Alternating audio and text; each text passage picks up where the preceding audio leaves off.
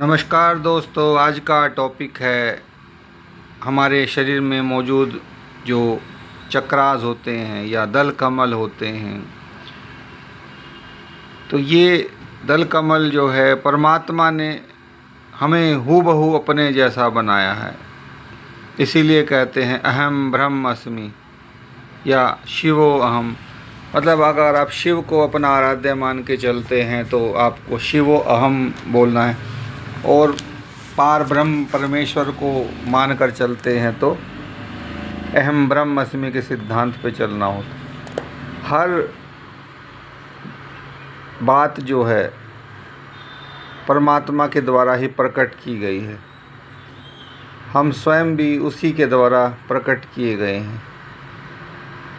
तो जो आपके पिता का स्थान है, आप तब तक नहीं ले सकते जब तक आप स्वयं पिता नहीं बन जाते। तो मैं ज़्यादा डीप में नहीं जाना चाहूँगा, वीडियो ज़्यादा लंबा हो जाता है। तो जिस शरीर में ये सब शक्तियाँ विराजमान की, तो इसको डेवलप करना हमारी जिम्मेवारी हो जाती।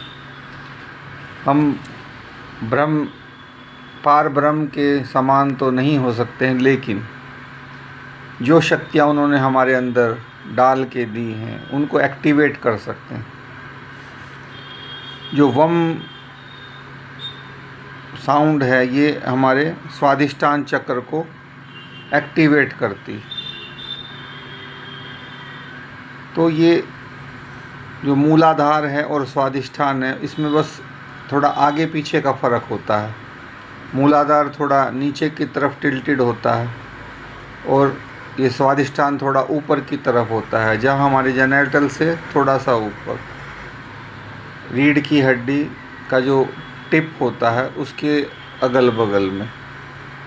और किसी जातक में थोड़ा ऊपर नीचे दाएं बाएं हो सकता है, क्योंकि हर शरीर को परमात्मा ने थोड़ा सा अलग तरीके से बनाया है। तो जिसके अंदर क्रिएटिविटी है बाय बर्थ, तो आप ये समझ सकते हैं कि इसका जो स्वादिष्ठान चक्र है वो एक्टिवेटेड है।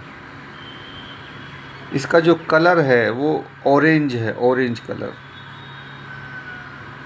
तो हमें इसी कलर के फ्रूट्स खाने चाहिए अगर हम इस चक्रा को एक्टिवेट करना चाहते हैं।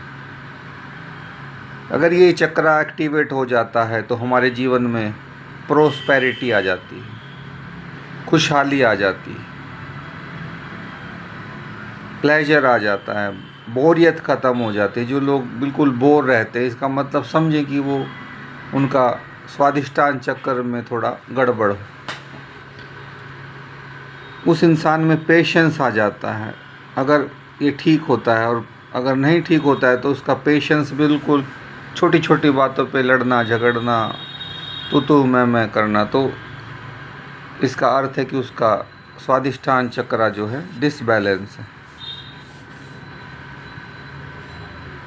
तो अगर अनबैलेंस्ड है तो वो इंसान अपने आप को, उससे अगर कोई गलती हो जाती है जाने अनजाने, तो स्वयं को बहुत गिल्टी फील करता है, बहुत ही शाई होता है। शाई मतलब शर्मीला बिल्कुल। और बड़े होने पर उसके अंदर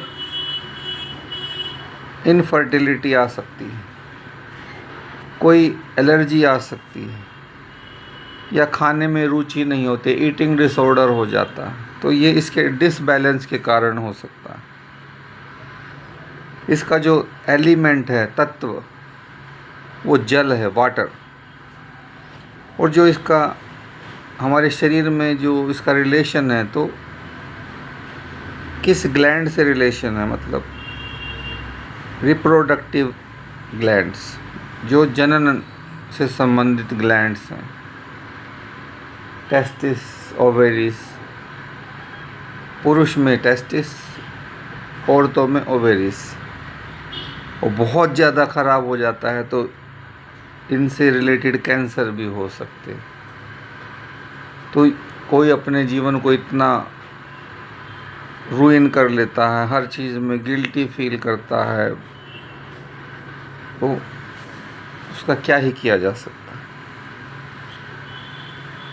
और जो हमारे जो अंगूठे हैं हाथ के, तो अगर वो उनमें कोई इचिंग होती है, कोई जैसे चुभने जैसी एक्टिविटी होती है जब आप ध्यान के लिए बैठते हैं या साधना के लिए बैठते हैं, किसी मंदिर में जाते हैं, किसी खास स्थान पर जाते हैं, किसी खास महापुरुष से मिलते हैं, तो जिसके सामने जाने के बाद आपके ये होने लग जाए, जैसे कोई आपके हाथों अंगूठे में कुछ चुभन सी हो रही है, जैसे कांटा सा चुभा है, या गर्म होने लग जाए अंगूठे अपने आप, किसी संत महात्मा के पास आप जाते हैं, तो ऐसे व्यक्ति को साधारण ना समझे, उनको गुरु बनाया जा सकता है। वो आपको पार उतार सकते हैं, आपके सभी चक्रास को जागृत कर सकते हैं। वो शक्ति होती है, जैसा वो मार्गदर्शन करें। ये कोई नई चीज़ नहीं है। हमारे जो शास्त्रीय लोग होते थे, ब्राह्मण पंडित जो पहले, जिनको असली ब्राह्मण बोला जाता था, तो जब वो वेदी बनाते थे, मतलब किसी शादी ब्याह में या हवन कुंड में, तो वो इन्हीं की वेदी बनाते थे, मतलब चक्रास की। इनके अंदर जो पेटल्स होते हैं, हर चक्रा के अलग अलग पेटल्स हैं, जैसे सहस्रार चक्र के 1000 पेटल्स हैं, तो उनको वहाँ पर ये सिखाया जाता था एक एक चीज़ का, और इतने सुंदर तरीके से घरेलू चीज़ों से, कहीं हल्दी से, कहीं कुमकुम से, कहीं सफ़ेद आटे से, तो क्योंकि जो वो जानते थे तो वो उसको पीढ़ी दर पीढ़ी जो है आगे ट्रांसफ़र करते थे। इसी तरीके से हमारा ये अध्यात्म जिंदा है, क्योंकि जो हमारे बड़े बुजुर्ग जानते थे उसको एज़ इट इज़ आगे परोस देते थे। क्योंकि पहले के लोग इतने पढ़े लिखे नहीं थे, लेकिन जो उनके पुरखे करते थे तो वो उसको एज़ इट इज़, जैसे खेती है तो वो आगे ट्रांसफ़र हो जाता है। हमारा फ़र्ज़ बनता है हम इसको जाने। डिटेल में अगर आप वीडियो चाहते हैं तो कमेंट में लिख सकते हैं डिटेल, तो वो भी हो सकता है।